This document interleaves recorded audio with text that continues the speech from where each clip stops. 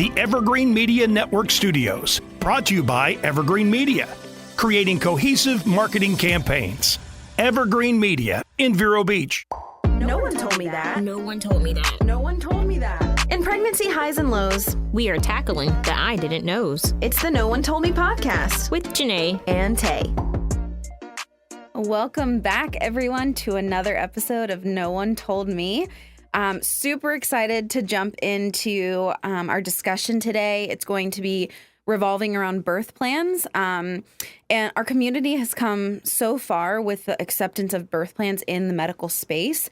I just remember at one point when they were somewhat frowned upon. So to see how far we've come with accepting those and really honoring the autonomy of the mom's rights in her birth plan is just amazing. So I'm excited to jump into this conversation, especially with our featured guest today, Kim Wright, who is our Grow D.O.U.L.A coordinator, and she helps to oversee that program. So welcome, Kim. Hi. Thanks so much to have you. Well, Kim, let me give them a brief bio on you just to encompass all the things that you have knowledge in. But Kim is the coordinator of Grow D.O.U.L.A and Babies and Beyond. She has two beautiful daughters, one who just began her journey at FAMU. And Kim, you have been a doula since 2019. You're a certified lactation counselor and have been advocates for families for years because your family operated an aftercare program. Kim is passionate about doula work because of her own birth experience. So I'm excited to kind of hear more about that. And that's a great segue into our first question, Kim. So before we begin, I want you to just give the listeners an explanation of what was your birth experience and what about that then made you become alongside of moms and be an advocate for birth. So yes, like you said before, I worked in an after-school tutoring program for like 18 years, of after-school program that my mom started. Cool. So I worked with kids from ages 5 to 18. Very cool. So when I had my first child, I was 26 at the time. So young, but not young. Sure. But I also felt like I was uninformed and did not know a lot of things as far as my options in pregnancy. I just was one that went along with what the doctor said because that was the doctor. They knew, like, they said I needed to do this, then I didn't question anything because I didn't think I had that option or that right. Mm-hmm. So with my second pregnancy, I ended up having a early C-section early at 33 weeks with her. So I didn't get to go along with the birth plan or no, I didn't even have a birth plan with either one of my pregnancies. Okay. But my passion for pregnancy grew with me being pregnant because I'm that crazy person that loves being pregnant. Like everyone looks at me like I have two heads whenever I say that, but that's a beautiful thing that you love being pregnant and are comfortable being pregnant, you know? I love being pregnant. Like, I love feeling my baby moved. I loved everything about it. Like even though I had morning sickness in the beginning, like everything about my pregnancy, I loved it. I love that. So after I had my kids and I thought about my birth experience, I just wanted to empower moms to let them know the choices that they have, the options that they have, and just be there to support other moms through their journey. Yeah. So when I found doula work, like I found my passion, I found my jam. It was like, okay, this makes sense. Well, and you rock at it, so it's perfect. You fit in like that. I mean, you're just such a great support system for so many moms in our community. So with you specifying that you didn't have a birth plan with your kids, what is truly your definition and the importance that you feel of a birth plan to have for every mom? And I guess they can go, obviously they things happen and they don't always follow through with that exact plan. But what's the importance of having that plan in place? So with that, we do call it a birth preference because like we say, you come up with a plan, if things change, it doesn't always go according to plan. Sure. So we like to call it a birth preference. What would be their preferences of things that they want during pregnancy, so they know their options. Like, do they want to get out of bed? Do they want to move around? Like some moms think that once they get in a hospital setting, they're confined to the bed and they can't do anything. Right. So, and sometimes it helps moms with their anxiety if they can kind of plan out something and say, okay, this is what I would prefer. This is what means the most to me. If I could incorporate these things, then it'll make me feel more comfortable. At least I'll have like a kind of go in knowing what to expect. Right. And also having that mind frame of things can change at any time. Right. But at least I got an opportunity to plan something. So it's not like everything is a surprise. I have no idea what is going to happen in labor. Right. Or, And so the birth plan is also can be like environmental settings, right? So like if you want the lights dimmed Yep. or music playing or something like that, right? Yes. So they can incorporate that into the Incorporate birth plan all of as that. well. Dim lights. They have a certain playlist they want. So we bring a Bluetooth speaker. You can Yeah. listen to that. You want aromatherapy. Yeah. Like, set the mood. I love that. So that you're comfortable because you're already going into an unfamiliar space because Sure. it's not your own. Yeah. So to try to get it as comfortable as possible so your body can relax. Yeah. Yeah. And even I guess too in a home birth setting, you know, it is your home and something familiar, but you're also in such a vulnerable state Yes. in your body wise, like and every pregnancy is different. So even if you've had, you know, a couple kids prior, every pregnancy looks so different. It does. So every birth plan can Yes. look super different. So in a sense where you may be high risk or you know for a fact that you're going to get a C-section, what does a birth plan look like in those settings? So we still go over those options and let them know things that they can do. So even if mom is having a C-section, is scheduled, she can still ask for immediate skin-to-skin in that operating room with baby. Okay. They have gentle C-sections where there's a clear screen where mom can see, you know, kind of what is going on. So we try to incorporate anything that would still happen in a vaginal birth. Okay. It's those options. Some of those things may be limited or just look differently, but she still has those options. She still, and I always like to plan for the what ifs when I do birth plans with my moms, even if we are planning for a vaginal delivery, just in case it happens to be an emergency and we're not trying to figure out who's going back in that C-section at this time. Like, Right. we plan for the what ifs. We hope that it doesn't happen. Yes. But, you know, if it does, so like you can still get immediate skin to skin. If you're still planning to breastfeed, let's attempt that in the OR while we're finishing up surgery. Sure. No, that makes total sense. And it's great that, you know, I feel like a lot of people say, oh, well, I'm having a C-section or I'm, you know, in this certain predicament that they feel like, you know, their birth plan is limited. But, you know, kind of hearing you just talk about that right now, kind of, I mean, there's still so many rights that you have and options to still follow through with, you know, a successful birth plan. So can you explain to all who's included in that birth plan? So do you put the partner or spouse or whoever, mom, dad, uncle, who's going to be in the space? So whoever's in that mom's support team, we incorporate them into that birth plan. That's awesome. So as involved as they want to be or as involved mom wants to be, we follow her guide, and she leads us. And we're just like, if husband wants to be very involved, okay, so he wants to do comfort measures, he wants to cut the umbilical cord. Like we incorporate all of that in their birth plan. Okay. And so like give us a few examples of what is on, like, do you have a sheet that they like write down or give me some examples of what that looks like? So we kind of have a standard birth preferences sheet. We try to keep it to one page. So it's just like something quick that when they go into the labor space that the doctor or midwife can look at really quickly and see what they want and then talk about it, have a conversation about it. So if like we talked earlier about setting the mood for the room, but also do they want an epidural? Are they wanting pain meds? Do they want nothing? Yeah. We talk about how mom wants to be out of bed. Does she want to use like the birthing ball, the peanut ball? Yeah. What is all in the, I know every hospital is a little different, but I guess in Indian River Cleveland Clinic, what are the tools provided in the room? So they have birthing balls in our hospital. Okay. Peanut ball is literally shaped like a peanut, goes in between mom's legs to help with different parts of the pelvis. They have squat bars at our hospital. So they have cup chairs. Okay. So, the cup chairs are great. Okay. Yes. Cool. So there's a lot of tools for moms to utilize in every room. Yes. Okay. Very cool. So what if there is a history of maybe some sexual assault or just uncomfortableness with like just being touched? Maybe it doesn't have a trauma connection, but how do you navigate that and educate the providers in the room? Because there couldn't, you obviously know that, right? But with people coming in and out and switching shifts, how do you communicate that?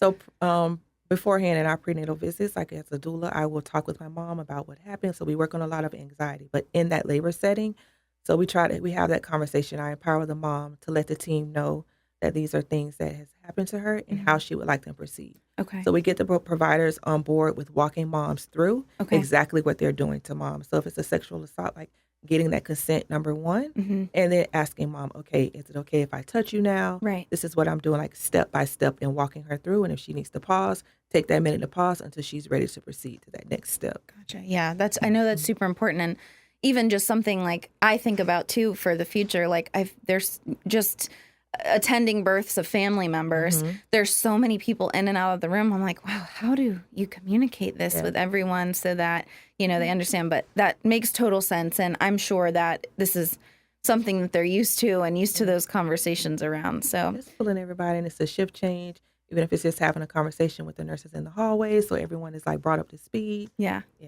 Very cool. So how often do moms go into the delivery room with a birth plan and doesn't want to do it? Like, what if they want to change it all, like, right there and then? It happens more often than not, but like a lot of moms are coming in with birth preferences now. Like almost all births, a lot of mom has come up with something that she wants in her birth space. Sure. It comes times when like things that you worked on prenatally, you'll get in that birth space and mom's like, oh no, I do not like it. Because you got to remember in labor, everything is heightening. There's senses, like touch, everything is heightening. So they're like, that felt good before, but it does not feel good now. Well, and like maybe when you were making this birth plan, you're also, that individual isn't as far as along. So as, at 38 weeks or whatever, when they're delivering, you may be so uncomfortable just because you are bigger in size, so some of those things comfort measures that worked prior don't work now. Yeah. So that shift is interesting. And how many people would you say that you work with that, you did say that most people come in with birth preferences, but I was having a conversation with my hairdresser, and this is kind of where the idea for this podcast came from, because I just like picking people's brains about what they knew and what they didn't know about pregnancy. And she was like, I didn't even know I was allowed to have a birth plan. So how many people do you encounter that are like, what's a birth plan? I do encounter quite a few, because they think that because they're going in the hospital that they can't have any options. Yeah. So you let them know that, yes, you can. You still like, there are policies and procedures that the hospital has, but it is a lot that you can do in the hospital setting. Okay. Well, that's so interesting. I know, and she didn't even deliver in this state, but it was just so interesting for me to talk with her, because obviously I'm so ingrained in this world. Yes. Working with Healthy Start and understanding that. But I was thinking back, like, did I know what birth plans were prior to this? I didn't know, and I had 2 kids, and I was like, you just know, okay, so my water breaks and I'm showing up at the hospital. And I joke all the time, like, I need a do-over. I need all of this. I need a doula. I need a birth plan. I need a whole team. But very true. I know. There's so many things that I think, like, did I even know that existed prior to this experience? So I totally understand. Like, I think our country and like just medical system is like I said, a little bit more welcoming of these practices and autonomy, but I think we still have work to do in regards to integrating a lot of these practices. But yes, because at our hospital, like, a midwives come in and they're asking the moms, do you have a birth plan? They can talk about it and go over it with her. So, that's really awesome. That's encouraging. So does a birth plan extend after delivery? And what are some of those examples? So on our birth plans, we always talk to moms about what is that postpartum care? Like, what does she look like? One, how is she feeding baby? Is she breastfeeding or bottle feeding? So that we know the vaccines that they offer in the hospital immediately after. So we talk to her about consent for those. Is she open to that? Making sure she does her research to find out what she wants to do as far as that, like who's cutting the umbilical cord. Yeah. Is she taking home our placenta, which is a totally new thing that everyone's finding out about. Like, it is so interesting. I have so many reels on my Instagram about people are growing trees and encapsulating and doing all these different things. So it's very interesting, all the different options that you have. Yes. So we talk about all of that immediate postpartum period and newborn care, the things, so they'll know what to expect that happens like immediately after birth with mom and baby. Okay. And then, very cool. So as a doula, you have how many visits after a delivery? 2 to 3 postpartum 2 to 3, visits. okay. Yes. And that's to check in on mom as well and just kind of touch base, make sure they're going to their postpartum appointments. And okay, very cool. And that immediate 2-week period after delivery, we'll get 2 to 3 visits in to check in on mom and baby. Okay. Make sure they're both getting, like, baby's getting to those pediatrician appointments and mom is getting to those first postpartum checkups, because they're just as important as her prenatal visits. So making sure she's getting there. I love that. I love our doula program. Yes. It's so important, and I want everyone to have a doula. Yes, I think all moms deserve a doula. So. They do deserve a doula, and I think, we have come a long way with just the acceptance of doulas, but I think that we have more work to do to ingrain it in our mind that, we deserve that Yes. support. Because a lot of moms feel like they have support. So you may have husband, you have mom, and they're like, I have enough support. But a doula is that additional support that doesn't have that deep emotional connection. Right. It's more third party. Yes. Right? So they can you build that relationship with Sure. her, but she can also be that level head and when things Right. get chaotic or things get hiding.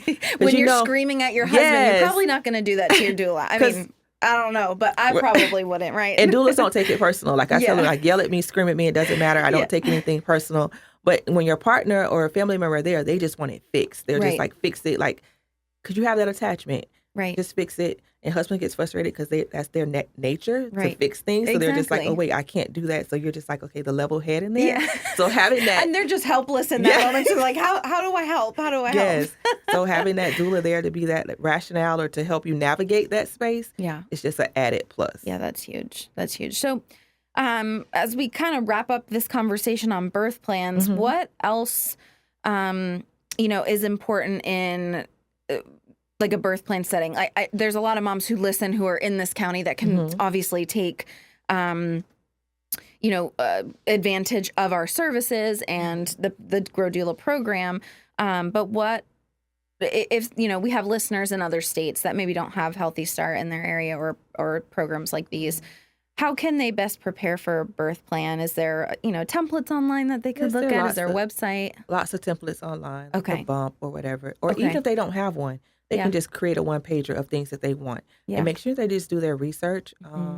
If they're not here, call their local hospital and seeing what they allow and what they don't allow. And work within those parameters. And they can really incorporate just about anything like you would do at a home birth in a hospital setting within reason. Sure. So it's just making sure they're doing their research, calling their local hospital to see if they offer those things. And I also strongly suggest a one-pager. Don't make it something that a doctor has to flip through 4 or 5 pages. Yeah. A quick one-pager where they can look at it at a glance, and then you can have that conversation about your birth plan with that provider in that moment before you're 10 centimeters and ready to push and everything is getting chaotic. Right. So, and have someone in charge of that. Obviously we want them to have a doula. But we don't know that everyone will have access to that. So have someone that's maybe dedicated to that birth plan. Yes, I was going to say they have one, but have whoever's on that support team with one. So I always have my clients either text me a picture or I take a picture of one. So just in case they don't have it when they're at the hospital, I can pop it up on my phone and show it to the provider.